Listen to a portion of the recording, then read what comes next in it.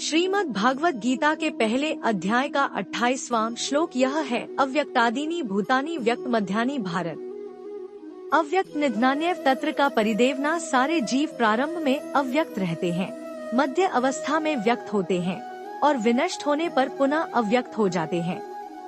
अतः शोक करने की क्या आवश्यकता है।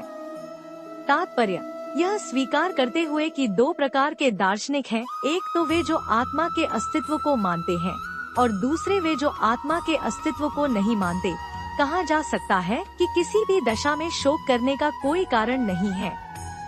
आत्मा के अस्तित्व को न मानने वालों को वेदांतवादी नास्तिक कहते हैं।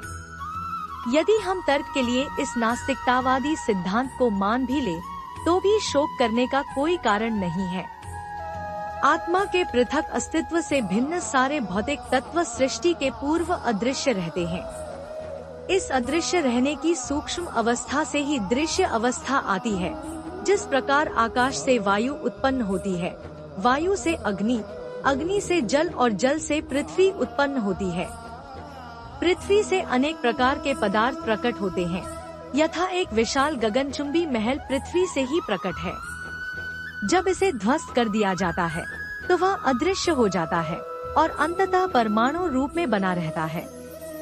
शक्ति संरक्षण का नियम बना रहता है, किंतु कालक्रम से वस्तुएं प्रकट तथा अप्रकट होती रहती हैं। अंतर इतना ही है। अतः प्रकट होने, व्यक्त या अप्रकट, अव्यक्त होने पर शोक करने का कोई कारण नहीं है। यहाँ तक कि अप्रकट अवस्था में भी वस्तुएं समाप्त नहीं होती। प्रारंभिक तथा अंतिम दोनों अवस्थाओं में ही सारे तत्व अप्रकट रहते हैं, केवल मध्य में वे प्रकट होते हैं और इस तरह इससे कोई वास्तविक अंतर नहीं पड़ता।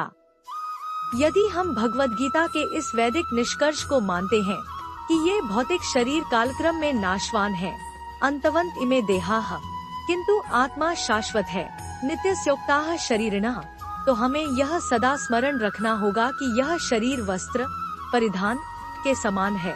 अतः वस्त्र परिवर्तन होने पर शोक क्यों। शाश्वत आत्मा की तुलना में भौतिक शरीर का कोई यथार्थ अस्तित्व नहीं होता। यह स्वप्न के समान है।